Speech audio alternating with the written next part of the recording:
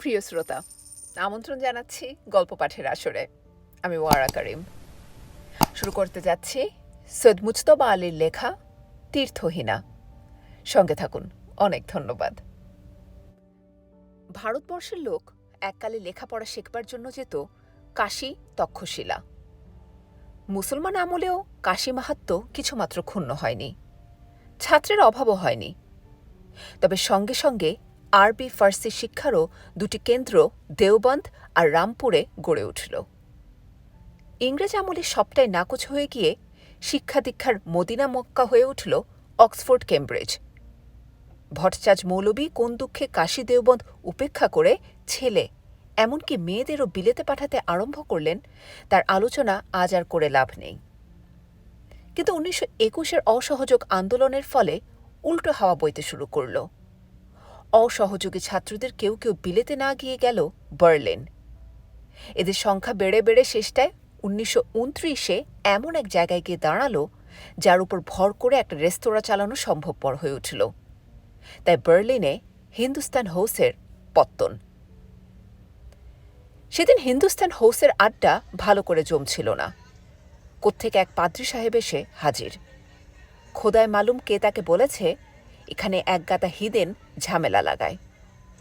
প্রভু খ্রিস্টের সুসমাচার শুনতে না শুনতেই এরা ঝাঁকে ঝাঁকে প্রভুর শরণ নেবে ও বার্লিন স্থানে পাদ্রী সাহেবের জয় জয়কার পড়ে যাবে। অবশ্যই তার ভুল ভাঙতে খুব বেশি সময় লাগেনি। গোসাই সঙ্গীত রসজ্ঞ, আর এই দুনিয়ার তাবৎ সঙ্গীতই গড়ে উঠেছে ধর্মকে কেন্দ্র করে। কাজে ইচ্ছায় অনিচ্ছায় তিনি ধর্ম বাবদে খানিকটা ওকিবহাল। বললেন, সাহেব, খ্রিস্ট ধর্ম যে উত্তম ধর্ম তাতে আর কি সন্দেহ, কিন্তু আমাদের কাছে তো শুধু এই ধর্মটাই ভোট চাইছে না, হিন্দু মুসলমান আরও দুটো ডাঙর ক্যান্ডিডেট রয়েছে। যে গীতা পড়েছ? তখন দেখা গেল পাদ্রী কুরআন পড়েনি, গীতার নাম শোনেনি, আর ত্রিপিটক উচ্চারণ করতে গিয়ে 3 বার হোঁচট খেল। ঘণ্টাখানেক তর্কাতর্কি চলেছিল। ততক্ষণে ওয়েট্রেস পাশের একটা বড় টেবিলে আড্ডার ডাল ভাত চচ্চড়ি সাজিয়ে ফেলেছে। চাচা পাদ্রীকে দাওয়াত করলেন হিদেনখানা চেখে দেখতে। সাহেব বিজাতীয় আহারের দিকে একটিবার নজর বুলিয়েই অনেক ধন্যবাদ দিয়ে কেটে পড়ল। চাচা বললেন, দেখলি, অচেনা রান্না পরখ করে দেখবার কৌতূহল যার নেই, সে যাবে অজানা ধর্মের সন্ধানে। গোসাই, তুমি বৃথায় শক্তি ব্যয় করছিলে। সূর্যি রায় মাস্টার্ড পেতলে নিয়ে কাসুন্দির মতো করে লুচির সঙ্গে খেতে খেতে বললেন, ব্যাটা গেটেও পড়েনি নিশ্চয়।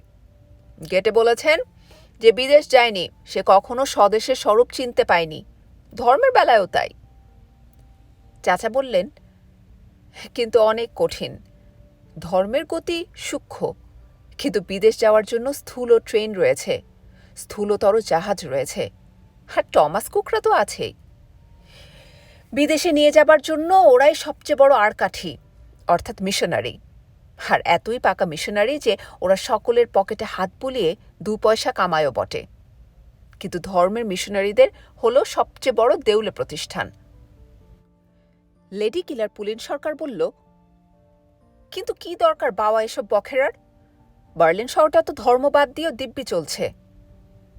চাচা বললেন, বাদ দিতে চাইলেই তো আর বাদ দেওয়া যায় না।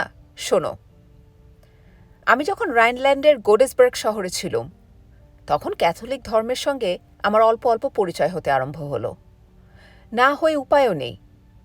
বার্লিনের হৈহুল্লোড় গির্জেগুলোকে ধামাচাপা দিয়ে রেখেছে, আর রাইনল্যান্ডের গির্জার সঙ্গীত তামাম দেশটাকে বন্যায় ভাসিয়ে রেখেছে। রবীন্দ্রনাথ বলেছেন, দাঁড়ায়ে বাহির দ্বারে মোরা নরনারী, উৎসুক শ্রবণ পাতি শুনি যদি তারি, 2-1টি তান। এ তো তাও নয়, এখানে সমস্ত দেশব্যাপী সঙ্গীত বন্যা, আর তার মাঝখানে আমি ক্যাথলিক নই বলে শাখামৃগের মতো একটা গাছের ডগা আঁকড়ে ধরে বসে প্রাণ বাঁচাবো, এই অবস্থা আমার কিছুতেই মনোভূত হলো না। তার চাইতে বাউলের উপদেশই ভালো। যে জন ডুবল সখী, তার কি আছে বাকি গো। সমস্ত সপ্তাহের অফুরন্ত কাজ, অস্বাভাবিক উত্তেজনা বার্লিনের লোক খানিকটা ঠান্ডা করে সারা রবির সকাল ঘুমিয়ে ঘুমিয়ে। কিন্তু রায়নের জীবন বিলম্বিত এক তালে, তাই রবির সকাল রায়নের দ্রষ্টব্য বস্তু। কাচ্চা বাচ্চারা চলেছে রং বেরঙের জামা কাপড় পরে, কতকগুলো করছে কিচিরমিচির, কতকগুলো বা মা বাপের কথা মতো গির্জার গাম্ভীর্য জোর করে মুখে মাখবার চেষ্টা করছে। মেয়েরা যেতে যেতে দোকানের শার্সিতে চট করে ঘাড় ফিরিয়ে তাকিয়ে হ্যাটটা আধ ইঞ্চি এদিক ওদিক করে নিচ্ছে। গ্রাম ভারী গাঁও বুড়োরা রবিবারে নেভি ব্লু স্যুট পরে চলেছেন গিন্নিদের সঙ্গে ধীরে মন্থরে। আর যেসব অথর্ব বুড়ো বুড়ি সপ্তাহের 6 দিন ঘরে বসে কাটান, তারা পর্যন্ত চলেছেন লাঠিতে বহর করে নাতি নাতনিদের সঙ্গে, অথবা হুইলচেয়ারে বসে ছেলে ভাইপোর মোলায়েম ঠেলা খেয়ে খেয়ে। বাচ্চারা যেরকম ধারা প্যারাম্বুলেটরে করে হাওয়া খেতে বেরোয়। জোয়ানদের ভেতর গির্জায় যায় অপেক্ষাকৃত কম, কিন্তু যারা যায় তাদের মুখে ফুটে উঠেছে প্রশান্ত ভাব। এরা গির্জার কাছ থেকে এখনও অনেক কিছু আশা করে। ধর্ম এখনও তাদের কাছে লোকাচার হয়ে যায়নি। দোকানপাট বন্ধ, রাস্তার কারবারি ভিড় নেই, শহর গ্রাম শান্ত নিস্তব্ধ। তাই শোনা যাচ্ছে গির্জার ঘণ্টা। জনপদ, হাটবাট, তরুলতা, ঘরবাড়ি সবই যেন গির্জার চূড়ো থেকে ঢেলে দেওয়া শান্তির বাড়িতে অভিষিক্ত হয়ে যাচ্ছে। চাচা থামলেন। বোধ করি বার্লিনের কলরবের মাঝখানে রায়নের সে ছবির বর্ণনা তার নিজের কাছে অদ্ভুত শোনাল। খানিকটা ভেবে নিয়ে বললেন, কিন্তু এ বাহ্য। ক্যাথলিক ধর্ম খ্রিস্টানদের দৈনন্দিন জীবনে কতটুকু ঠাঁই পেয়েছে জানি নে, কিন্তু গির্জার ভিতরে তার যে রূপ, সে না দেখলে না শুনলে বর্ণনা দিয়ে সে জিনিস বোঝাবার উপায় নেই। তাই মা মেরির দেবী মূর্তি লক্ষ লক্ষ নরনারীর চোখের জল দিয়ে গড়া। আর্ত পিপাসার্ত বেদনাতুর হিয়া যখন পৃথিবীর কোনোখানে আর কোনো সান্ত্বনার সন্ধান পায় না, তখন তার শেষ ভরসা মা মেরির শুভ্র কোল। যে মা মেরি আপন দেহজাত সন্তান কণ্টক মুকুটশির যিশুকে ক্রুশবিদ্ধ অবস্থায় পলে পলে মরতে দেখলেন তার চোখের সামনে, তিনি কি এই হতভাগ্য কোটি কোটি নরনারীর হৃদয় বেদনা বুঝতে পারবেন না? নশ্বর দেহ ত্যাগ করে তিনি আজ বসে আছেন দিব্য সিংহাসনে। তার অদেয় কিছুই নেই। মানুষের অশ্রুবাড়ি সপ্ত সিন্ধু হয়ে বিশ্ব ব্রহ্মাণ্ডে হানা দিলেও তিনি সে সপ্ত সিন্ধু মুহূর্তের ভিতরে করাঙ্গুলি নির্দেশে শুকিয়ে দিতে পারেন। তাই উচ্ছ্বসিত হয়ে ওঠে ক্যাথলিক গির্জায় গির্জায়। ধন্য হে জননী মেরি, তুমি মা করুণাময়ী, তুমি প্রভুর সান্নিধ্য লাভ করেছ। রমণী জাতির মধ্যে তুমিই ধন্য, আর ধন্য তোমার দেহজাত সন্তান যিশু। মহিমাময়ী মা মেরি, এই পাপী তাপীদের তুমি দয়া করো, আর দয়া করো যেদিন মরণের ছায়া আমাদের চতুর্দিকে ঘনিয়ে আসবে। কত হাজারবার শুনেছি এই প্রার্থনা।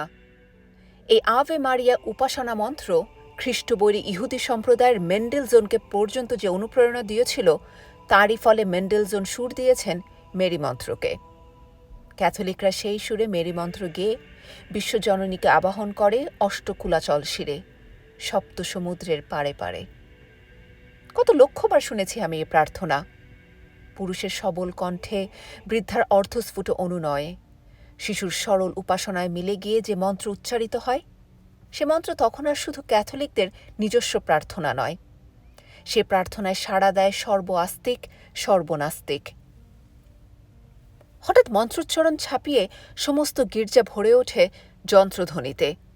বিরাট অর্গান সুরের বন্যায় ভাসিয়ে দিয়েছে গির্জার শেষ কোণ, ভিজিয়ে দিয়েছে পাপীর শুষ্কতম হৃদয়। উচ্ছ্বসিত হয়ে ওঠে উপরের দিকে সেই গম্ভীর যন্ত্ররব, আর তার সঙ্গে গেয়ে ওঠে সমস্ত গির্জার সম্মিলিত কণ্ঠে, ধন্য হে জননী মেরি, তুমি মা করুণাময়ী। সে ঊর্ধ্ব দিকে উচ্ছ্বসিত উৎপেলিত সঙ্গীতের প্রতীক ঊর্ধ্বশির ক্যাথলিক গির্জা। মানুষের যে প্রার্থনা, যে বন্দনা অহরহ মা মেরির শুভ্রকোলের সন্ধানে ঊর্ধ্বপানে ধায়, তারই প্রতীক হয়ে গির্জাঘর তার মাথা তুলেছে ঊর্ধ্ব দিকে। লক্ষ লক্ষ গির্জার লক্ষ লক্ষ শিখর মা মেরির দিব্য সিংহাসনের পার্থিব স্তম্ভ। চাচা চোখ বন্ধ করে কি যেন ভাবলেন, তারপর চোখ মেলে গোসাইয়ের দিকে তাকিয়ে বললেন, গোসাই, রবি ঠাকুরের সেই গানটা গাও তো। বরিশ ধরা মাঝে শান্তিরও বাড়ি, শুষ্ক হৃদয় লয়ে আছে দাঁড়ায়ে, ঊর্ধ্বমুখে নরনারী। গোসাই গুনগুন করে গান গাইলেন। গাওয়া শেষ হলে চাচা বললেন, গির্জার ক্যাথলিক ধর্মসঙ্গীত তোমরাও শুনেছ, কিন্তু তার করুণ দিকটা কখনো লক্ষ্য করেছ কিনা জানি নে। একদিন যখন আমি আভে মারিয়ার সঙ্গীতে গা ভাসিয়ে দিয়ে চিলের মতো উপরের দিকে উঠে যাচ্ছি, বাহ্যজ্ঞান প্রায় নেই, তখন হঠাৎ শুনি আমার পাশে ফুঁপিয়ে ফুঁপিয়ে কান্না। চেয়ে দেখি একটি মেয়ে চোখের জলে প্রেয়ার বুক রাখার হাই বেঞ্চ আর তার পায়ের কাছের খানিকটা জায়গা ভিজিয়ে দিয়েছে। অর্গান আর 500 গলার তলায় লুকিয়ে লুকিয়ে মেয়েটি আপন কান্না কেঁদে নিচ্ছে। পূব বাংলার ভাটিয়ালি গানে আছে, রাধা ভেজা কাঠ জ্বালিয়ে ধুয়ো বানিয়ে কৃষ্ণ বিরহের কান্না কাঁদতেন। শাশুড়ি ননদ জিজ্ঞেস করলে বলতেন, ধুয়ো চোখে ঢুকছে বলে চোখ দিয়ে জল বেরোচ্ছে। শুনেছি বাঙালি মেয়েও নাকি নির্জনে কাঁদবার ঠাঁই না পেলে স্নানের ঘরে কল ছেড়ে দিয়ে তার সঙ্গে হাউ হাউ করে কাঁদে। গির্জায় মেয়েটির কান্না দেখে আমি জীবনে প্রথম বুঝতে পারলুম রাধার কান্না, বাঙালি মেয়ের কান্না কত নিরন্ধ্র অসহায়তা থেকে ফেটে বেরোয়। তখন বুঝতে পারলুম গির্জা থেকে বেরোবার সময় যে অনেক সময় দেখেছি এখানে ওখানে জলের পোঁছ, সে ছাতার জল নয়, মেঝে ধোয়ার জলও নয়, সে জল চোখের জল।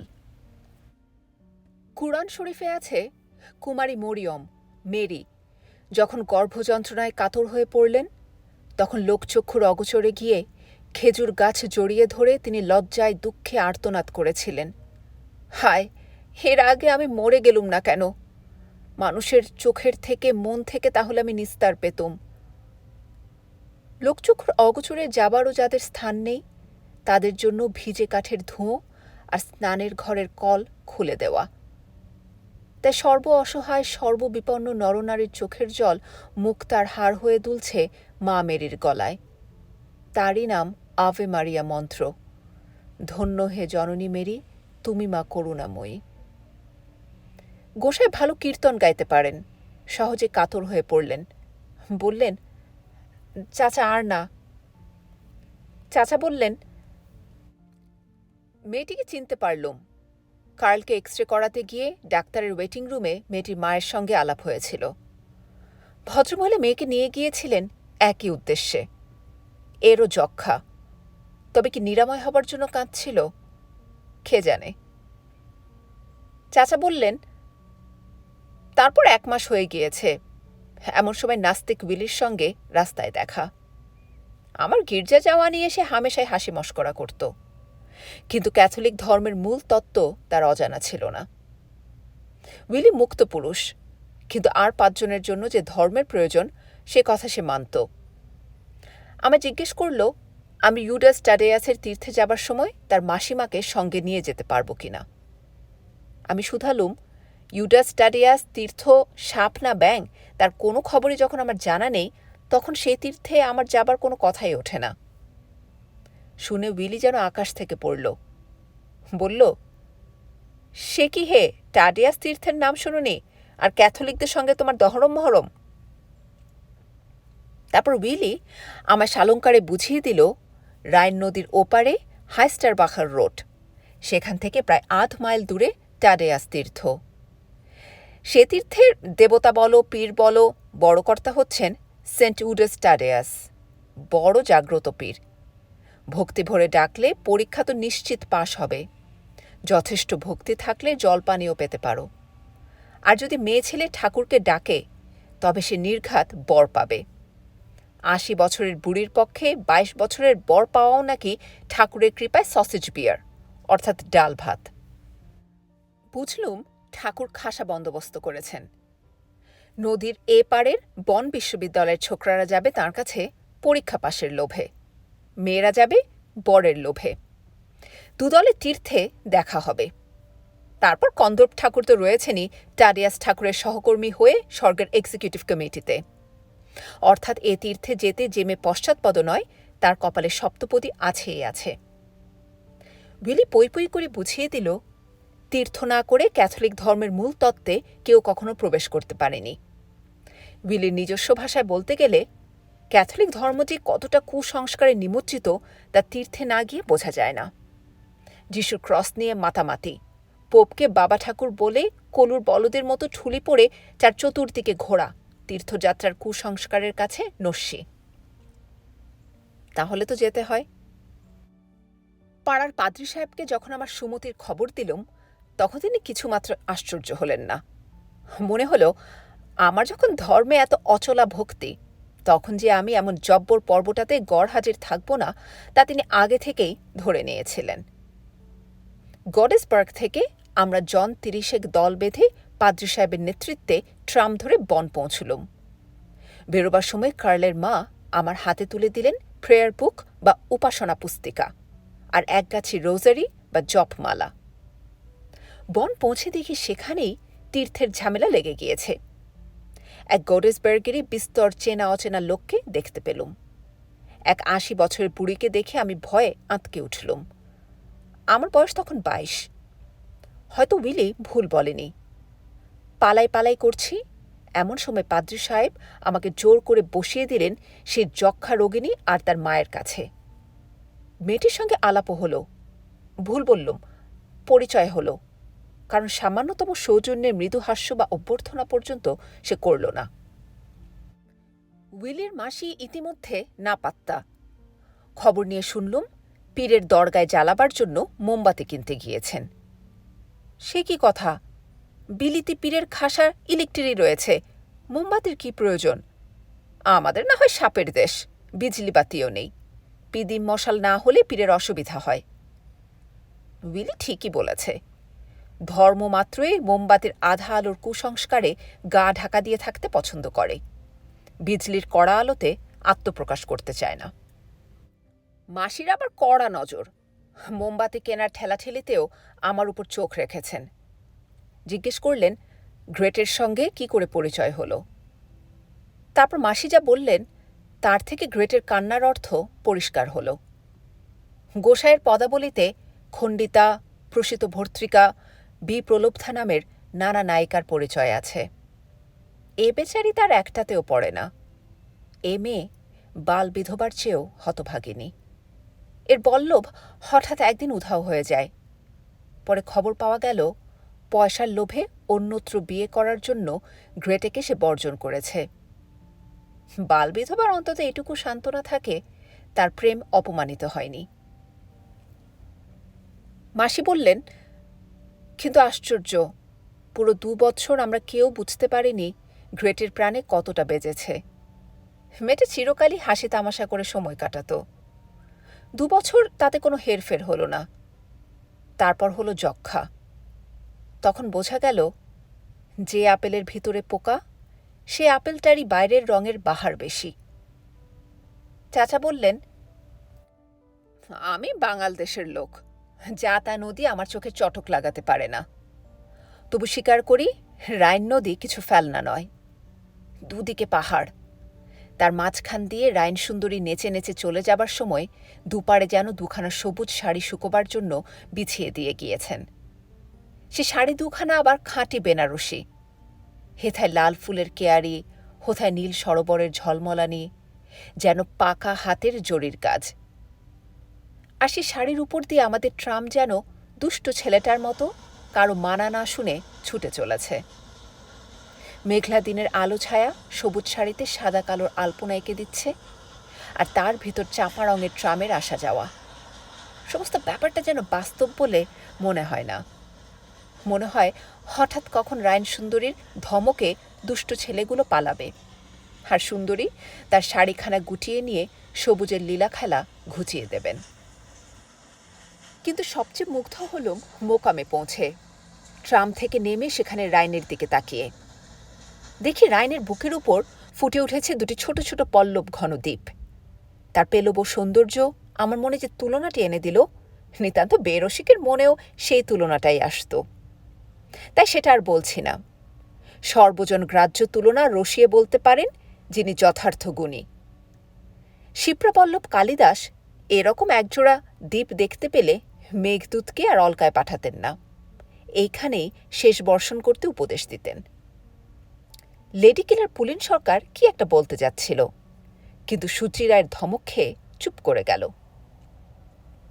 চাচা বললেন, হাইস্টারবাখার রোড থেকে টাডিয়াস তীর্থ ৮ মাইল দূরে। এই পথটুকু নির্মাণ করা হয়েছে জেরুজালেমের ভিয়া ডলোরেসা বা বেদনা পথের অনুকরণে। খ্রিস্টের প্রাণদণ্ডের আদেশ জেরুজালেমের যে ঘরে হয়, সেখান থেকে তার কাঁধে ভারী ক্রস চাপিয়ে তাকে নিয়ে যাওয়া হয় যেখানে তাকে ক্রসের সঙ্গে পেরেক পুঁতে মারা হয়।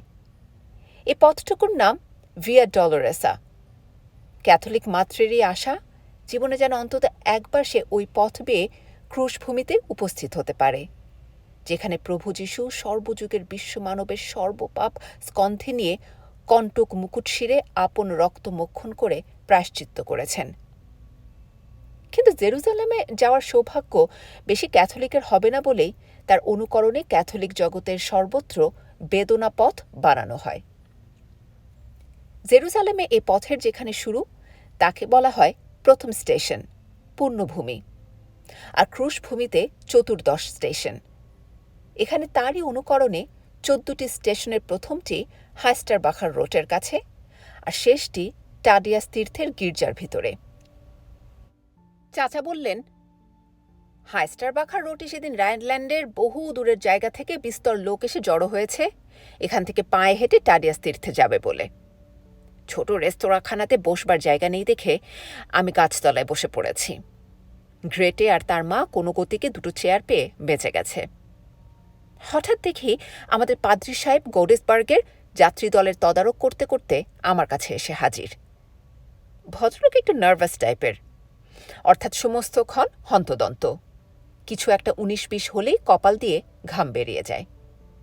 ধপ করে আমার পাশে বসে পড়লেন। আমি খানিকক্ষণ বাদে জিজ্ঞেস করলুম, এই দুর্বল শরীর নিয়ে গ্রেটের তীর্থযাত্রায় বেরোনো কি ঠিক হলো? পাদ্রী সাহেবের মাথায় ঘাম দেখা দিল। রুমাল দিয়ে মুছতে মুছতে বললেন, মা মেরি জানেন, গ্রেটের মায়ের শেষ আশা যদি টাডিয়াসের দয়া হয় আর তার বর জোটে, ওই তো একমাত্র পন্থা পুরনো প্রেম ভোলবার। তা না হলে ও মেয়ে তো বাঁচবে না। পাদ্রী সাহেব চোখ বন্ধ করে মা মেরির স্মরণে উপাসনা করলেন। ধন্য হে জননী মেরি, তুমি মা করুণাময়ী। জিরিয়ে জুড়ে আমরাও শেষটায় রওনা দিলুম তীর্থের দিকে। লম্বা লাইন, সকলের হাতে উপাসনা পুস্তিকা আর জপমালা। পাদ্রী সাহেব চেঁচিয়ে বলতে আরম্ভ করলেন, ধন্য হে জননী মেরি, তুমি মা করুণাময়ী। আর যাত্রীদল বারবার ঘুরে ফিরে সেই মন্ত্র উচ্চারণ করে সর্বশেষে ভক্তি ভরে বলে, এই পাপী তাপীদের দয়া করো, আর দয়া করো যেদিন মরণের ছায়া আমাদের চতুর্দিকে ঘনিয়ে আসবে। তারপর আমরা এক একটা করে সেই সব স্টেশন, পুণ্যভূমি পেরোতে লাগলুম। কোনোটাতে পাদ্রী সাহেব চেঁচিয়ে বলেন, হে প্রভু, এখানে এসে ক্রসের ভার সইতে না পেরে তুমি মাটিতে লুটিয়ে পড়েছিলে। আর সমস্ত তীর্থযাত্রী করুণ কণ্ঠে বলে ওঠে, হে প্রভু, তোমার লুটিয়ে পড়াতেই আমাদের পরিত্রাণ হল। কোনো পুণ্যভূমির সামনে পাদ্রী সাহেব বলেন, এখানে এসে তোমার সঙ্গে দেখা হলো তোমার জননী মা মেরির। দূর থেকে তিনি দাঁড়িয়ে দাঁড়িয়ে শুনেছেন তোমার মৃত্যুদণ্ডাদেশ। এবার তিনি তোমার কাছে আসতে পেরেছেন, কিন্তু কথা কইবার অনুমতি পাননি। তোমার দিকে তিনি তাকালেন, সে তাকানোতে কি পুঞ্জীভূত বেদনা, কি নিদারুণ আতুরতা। যাত্রীদল এক কণ্ঠে বলে উঠল, মৃত্যুর চেয়েও ভালোবাসা অসীম শক্তির আধার। স্টার্ক ভি ডেয়ার টোট ইস্ট ডিলেবে। কোনো পুণ্যভূমিতে পাদ্রী সাহেব বলেন, এখানে তাপসী ভেরোনিকা তাকে বস্ত্রখণ্ড এগিয়ে দিলেন। যিশু মুখ মুছলেন, আর কাপড়ে তার মুখের ছবি ফুটে উঠল। যাত্রীদল বলে, আমাদের হৃদয়ের উপর হে প্রভু তুমি সেই রকম ছবি এঁকে দাও। যাত্রীদল ধীর পদক্ষেপে এগিয়ে চলেছে, আর প্রতি পুণ্যভূমির সামনে সবাই হাঁটু গেড়ে প্রার্থনা করছে। পাদ্রী সাহেব পুণ্যভূমির স্মরণে চিৎকার করে তার বর্ণনা পড়েন। যাত্রীদল নম্র কণ্ঠে সেই ঘটনাকে প্রতীক করে প্রাণের ভিতর তার গভীর অর্থ ভরে নেবার চেষ্টা করে। বনের ভিতর ঢুকলুম। দুদিকে উঁচু পাইন গাছ ঠায় দাঁড়িয়ে। আমরা যেন মহাভাগ্যবান নাগরিক দল চলেছি রাজরাজেন্দ্র দর্শনে, আর এরা হতভাগ্যের দল দাঁড়িয়ে দাঁড়িয়ে পল্লব দুলিয়ে কপালে করাঘাত করছে, না এরা চামর ব্যজন করে আমাদের অভিনন্দন জানাচ্ছে। প্রার্থনার মৃদু গুঞ্জরণ মিশে গিয়েছে পাইন পল্লবের মর্মরের সঙ্গে, আর জমে ওঠা শুকনো পাইন পাতার গন্ধ মিশে গিয়েছে যাত্রী দলের হাতের ধূপাধারের গন্ধের সঙ্গে। খ্রিস্ট আর মা মেরির বেদনাকে কেন্দ্র করে এই যাত্রী দল বিশ্ব সংসারের তাবৎ ক্যাথলিক, আপন দুঃখ কষ্টের সান্ত্বনা খোঁজে, দুর্বলতার আশ্রয় খোঁজে, আপন নির্ভরের সন্ধান করে। রাধার বিরহ বেদনায় বৈষ্ণব সাধু ভগবানকে না পাওয়ার হাহাকার শুনতে পায়। সুফি সাধকের কান্নার গানও উচ্ছ্বসিত হয়ে উঠেছে প্রিয়া বিরহের বেদনাকে কেন্দ্র করে। চাচা বললেন, গ্রেটের দিকে আমি মাত্র একবার তাকিয়েছিলাম, অতি কষ্টে সাহস সঞ্চয় করে। দেখি সে চোখ বন্ধ করে মন্ত্রমুগ্ধের মতো চলেছে। তার মা তার হাত ধরে তাকে এগিয়ে নিয়ে চলেছেন। তার দু চোখ দিয়ে জল পড়ছে। চাচা বললেন, আমার ভক্তি কম, তাই বোধহয় আর নয়নে মাঝে মাঝে দেখে নিচ্ছিলুম দুপুরবেলাকার সাদা মেঘ অপরাহ্নের শীত পড়ার সঙ্গে সঙ্গে যেন কালো কালো ওভারকোট পরতে আরম্ভ করেছে। দশম কি একাদশ পুণ্যভূমির সামনে হঠাৎ জোর হাওয়া বইতে আরম্ভ করল, আর সঙ্গে সঙ্গে মুষলধারে বৃষ্টি, জার্মানে যাকে বলে বলকেনব্রুখ, অর্থাৎ মেঘ টুকরো টুকরো হয়ে ভেঙে পড়ল। ছাতা বর্ষাতেই অল্প লোকই সঙ্গে এনেছিল। এবারে প্রাণ যায় আর কি। ভাগ্যে সেখান থেকে তীর্থযাত্রীদের জন্য যেসব রেস্তোরাঁ, তা প্রথমটা অতি কাছে পড়েছিল। তবু রেস্তোরাঁতে গিয়ে যখন ঢুকলুম, তখন আমাদের অধিকাংশই জুবুথুবু। পাদ্রী সাহেব গ্রেটেকে জড়িয়ে নিয়েছিলেন দুখানা বর্ষাতি দিয়ে। তার মা ছাতা ধরেছিলেন, আর পাদ্রী সাহেব গ্রেটেকে বুকের ভেতর যেন গুঁজে নিয়ে রেস্তোরাঁয় ঢুকলেন। পাদ্রীদের শরীর তাগড়া। যীশুখ্রিস্টের এত বড় গির্জা যখন তাদের কাঁধের উপর থেকে পড়ে ভেঙে যায়নি, তখন গ্রেটে তো তার কাছে চরকা কাটা বুড়ির সুতো। রথ দেখার কলা বেচা না কচু, তাতে হয় ধর্ম আর অর্থ। কিন্তু যদি বলা হতো রথ দেখা আর প্রিয়ার কণ্ঠালিঙ্গন, তাহলে হয় ধর্ম আর কাম, আর তাতেই আছে আসল মোক্ষ। রেস্তোরাঁয় ঢুকে তত্ত্বটা মালুম হল। রেস্তোরাঁ এতই বিশাল যে সেটাকে নৃত্যশালা বলাই উচিত। দেখি শখানেক ছোঁড়াছুড়ি বুড়ো বুড়ি ধেই ধেই করে নাচছে, বিয়ারের ফোয়ারা বইছে, আর শ্যাম্পেইনে শ্যাম্পেইনে 6 লাভ। আর সবাই তখন এমনই মৌজে যে আমাদের দল ভিজে কাকের মতো ঢুকতেই চিৎকার করে সবাই অভিনন্দন জানালো। ধাক্কাধাক্কি ঠাসাঠাসি করে আমাদের জন্য জায়গা করে দেওয়া হলো। গায়ে পড়ে আমাদের জন্য পানীয় কেনা হলো। হাহা, আমরা যেন সব লং লস্ট ব্রাদার্স, বহুদিনের হারিয়ে যাওয়া ফিরে পাওয়া ভাই। এতে চটপার কি আছে বলো? ধর্মকর্ম করতে গেলেই যে মুখ গুমসো করে সবকিছু করতে হবে, সে কথা লেখে ধর্মবিধির কোন ধারায়? এমনকি আদালতেও দেখনি, যেখানে খুনের মোকদ্দমা হচ্ছে সেখানেও জজ ব্যারিস্টাররা ঠাট্টা মশকরা করেন। গ্রেটের মা, গ্রেটে, পাদ্রী সাহেব আর আমি একখানে টেবিল পেয়ে গেলুম জানলার কাছে। বাইরে তখন বৃষ্টি আর ঝড়, আর জানলার খড়খড়ানি থেকে বুঝতে পারছি ঝড় বেড়েই চলছে। বিদ্যুতের আলোতে দেখলুম রাস্তার জনমানবহীন, 1 হাঁটু জল জমে গিয়েছে। তাতে কার কি এসে যায়? গান ফুর্তি তো চলছে, ট্রিঙ্ক ট্রিঙ্ক ট্রিঙ্ক ব্রুডার লাইন, পিও পিও বধুয়া পিও আরবার। শতকণ্ঠে গান উঠছে, পিও পিও বধুয়া। এরা সব গান গাইতে পারে ভালো, গির্জে এদের ধর্মসঙ্গীত গাওয়ার অভ্যাস আছে।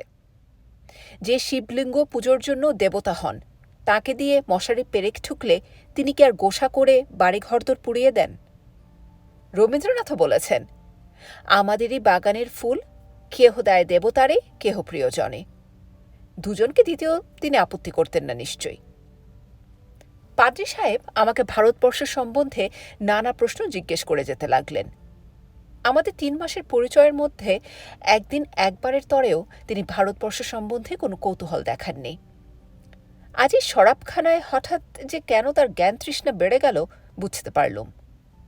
দরদি মানুষ, গ্রেটের মন ভোলাবার জন্য সবকিছু করতেই রাজি আছেন। আমিও কলকাতাতে যে হাতি ট্যাক্সি পাওয়া যায় এবং তার ভাড়া দিতে হয় হাতিকে কলা খাইয়ে, সে কথা বলতে ভুললুম না। বোধ করি গ্রেটেও ব্যাপারটা বুঝতে পেরে আমার সম্মান রাখার জন্য দু একবার হেসেছিল। একবার আমায় জিজ্ঞেসও করল আমি বুদ্ধদেব সম্বন্ধে কি কি পড়েছি। আমি অবাক হয়ে তাকে জিজ্ঞেস করলুম সে কিছু পড়েছে কিনা। ততক্ষণে তার মন আবার অন্যদিকে চলে গিয়েছে। দুবার জিজ্ঞেস করার পর শুধু বলল, বুঝলুম হতভাগিনীর শান্তির সন্ধানে অনেক দুয়ারেই মাথা কুটেছে। সেখানেই ডিনার খাওয়া হলো। এ জল ঝড়ে তীর্থ মাথায় থাকুন, বাড়ি ফেরার কথাই কেউ তুলল না। শেষ ট্রাম ছাড়ে 10টায়, রাত তখন 11টা। হঠাৎ গ্রেটে পাদ্রী সাহেবকে শুধালো, কটা বেজেছে?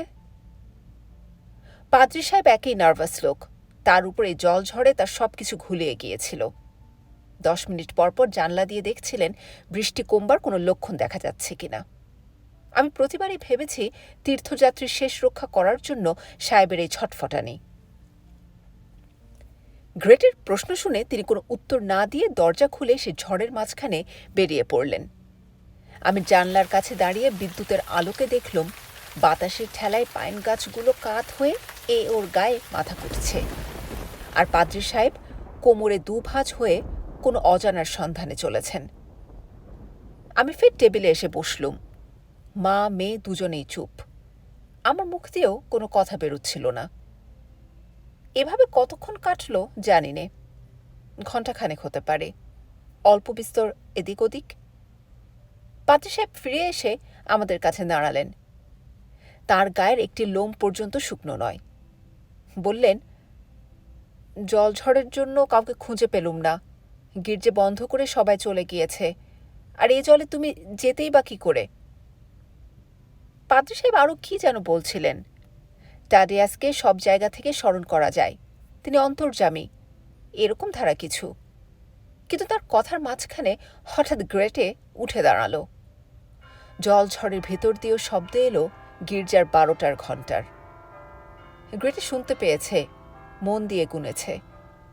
মায়ের দিকে তাকিয়ে বলল, মা, তোমাকে তখনই বলেছিলাম আমি আসব না, তবু তুমি আমায় জোর করে নিয়ে এলে। ওই শুনলে 12টা বাজার ঘণ্টা। পর্ব শেষ হলো। উডাস টাডিয়াস আমাকে আর তীর্থে যেতে দিলেন না, তিনি তার মুখ ফিরিয়ে নিয়েছেন। আমি জানতুম এরকমই হবে। এখন আমি কোথায় যাব গো, মা গো, হে মা মেরি। গ্রেটের গলা থেকে ঘড় ঘড় করে কিরকম একটা অদ্ভুত শব্দ বেরোলো। পাদ্রী সাহেব জড়িয়ে না ধরলে সে পড়ে যেত। চাচা থামলে পর অনেকক্ষণ ধরে কেউ কিছু বলল না। শেষটায় বয়সে সকলের ছোট গোলাম মৌলা জিজ্ঞেস করল, মেয়েটার আর কোনো খবর নেননি? চাচা বললেন, না, তবে মাস 2 পরে আরেকদিন গির্জায় ফুপিয়ে ফুপিয়ে কান্নার শব্দ শুনে তাকিয়ে দেখি গ্রেটের মা, পরনে কালো পোশাক,